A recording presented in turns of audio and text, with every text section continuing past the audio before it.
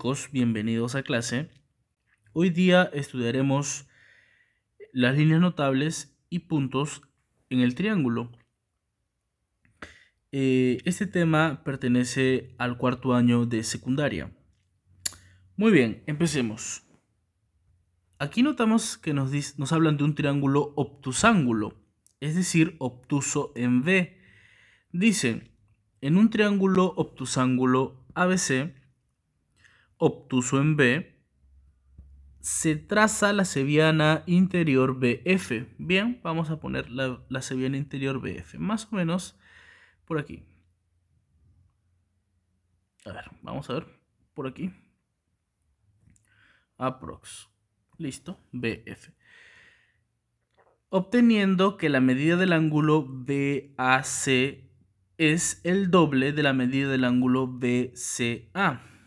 Ok, dice que la medida del ángulo BAC, este de aquí, es el doble de la medida del ángulo BCA. Entonces, si yo al ángulo BCA le pongo alfa, la medida del ángulo BAC vendría a ser el doble. ¿Listo? Otro dato es que la medida del ángulo FBC es 90 grados. Bien, esto de aquí vendría a ser 90 grados. Por otro lado, tenemos que la longitud del segmento AC, es decir, todo, es 24. Todo esto es 24. Ok, vamos a colocarlo así. Las unidades, bueno, solo le ponen U de unidades. No hay problema. AB vale 10. Calcular AF. Bueno, le vamos a dar una variable, ¿no? Para resolver este problema tenemos que recordar una pequeña teoría, ¿no? Siempre les comento que cuando tú tienes ángulos, lo ideal es buscar triángulos isósceles, ¿no? El paso 1 es ver ángulos y jugar con ellos para buscar la mayor cantidad de triángulos isósceles. Si no tuviéramos ángulos y solo lados, lo siguiente sería buscar una congruencia, ¿ok? Pero como en este caso tenemos ángulos, vamos a recordar lo que se hace, ¿no? Cuando se tiene unos ángulos, un par de ángulos en relación de 1 a 2, se traza una famosa cebiana. Se traza esta cebiana, fíjense, del vértice de arriba. ¿Para qué? Para arriba llamarle alfa. Y ustedes saben, por clase anterior, que la suma de dos ángulos internos, en este caso este y este, me da un externo. Él sería externo a ellos. Solo viendo este triángulo de aquí nada más, obviamente.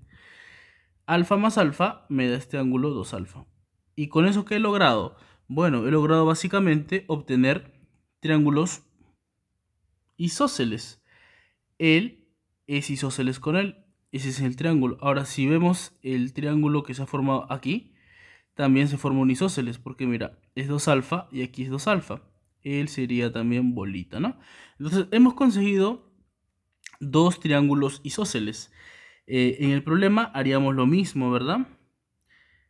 Entonces aquí tenemos de la siguiente manera. Veamos.